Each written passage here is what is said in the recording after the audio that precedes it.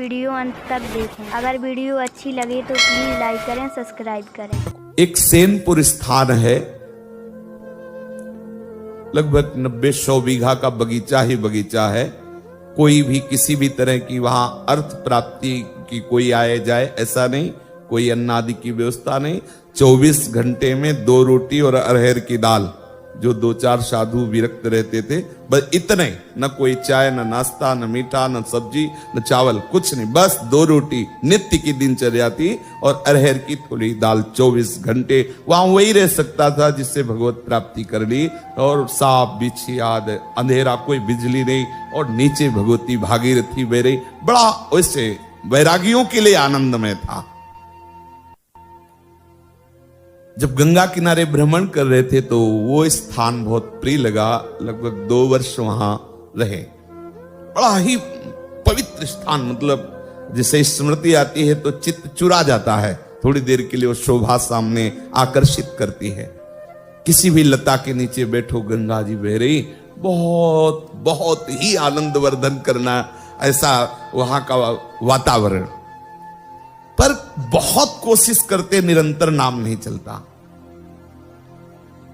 बहुत परेशान से हो गए। जो साधक भजन में रुचि करते हैं वो इस बात को समझते होंगे। प्रयास करके बहुत हताश हो गए। फिर लगा क्या हो सकता है, निरंतरता, क्योंकि दिमाग में बैठ चुका था गुरु प्रताप से एक ही बात है, हर वृत्ति भगवत चिंतन परायण होनी चाहिए। करते करते पता नहीं कहां गोल हो जाता अंतःकरण में, कौन सी वृत्ति कहां, फिर परेशान कि कब सुधरेगी। वहां एक चमत्कार हुआ, एक घटना घटी। दोपहर का समय था, टूटा फूटा ऐसे बारंडा, उसी में विश्राम करने को होता था।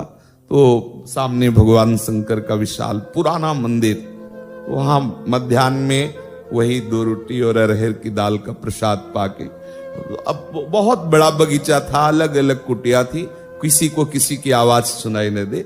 बारंडे में से लेते हुए थोड़ी ही देर में शरीर जड़ होने लगा। हिला नहीं सकते, बस चेतना है कि हम देख सकते हैं, और दिमाग काम कर रहा था। शरीर पूरा एकदम जड़ता को प्राप्त हो। बहुत ही सुंदर सुगंध, एक अलौकिक सुगंध, बड़ा उन्मादकारी सुगंध। सामने दृष्टि थी, हिल सकते नहीं थे। देखा गंगा की धारा से श्वेत वस्त्र धारण किए हुए एक महापुरुष धीरे धीरे आ रहे। आकर के सर को गोद में लिया और कुछ बोल रहे थे। वो गुरुमंत्र की तरह स्वीकार किया। उसको कभी बोला नहीं कि वो क्या बोल रहे थे, अंदर ही अंदर उसको वो बस ऐसे ऐसे माथे पे ऐसे करते, 1 मिनट ऐसा ऐसे करके बस फिर अपार सुगंध उनके शरीर से। ये हम कोई स्वप्न नहीं देख रहे थे, कोई ऐसा नहीं था कि तंद्रा भी आए, खुली आंख, बस शरीर में जड़ता थी, हिल नहीं सकते थे। और ऐसा अपार आनंद जो उनका इस पर, और फिर ऐसे ही दिखाई दे रहा था, गए गंगा की धारा में विलीन हो गए। बस उस समय से वो परेशानी जो थी, कैसे निरंतर भजन चले। हमने जीवन में देखा है कि ये कोई न कोई रूप लेके आते हैं, और जहां उपासक अटकता है वहां ये पार कर देते हैं। अंतःकरण और अंतःकरण की वृत्ति के ये ही प्रकाशक हैं। ये किसी भी रूप में आ सकते हैं, किसी भी रूप में। ये असंत के रूप में भी आ सकते हैं, बड़े लीला विहारी है, पीट पाट के भी उपदेश दे सकते हैं। मतलब कई ऐसी लीलाएं जीवन में दर्शन करने को मिली भ्रमण के समय।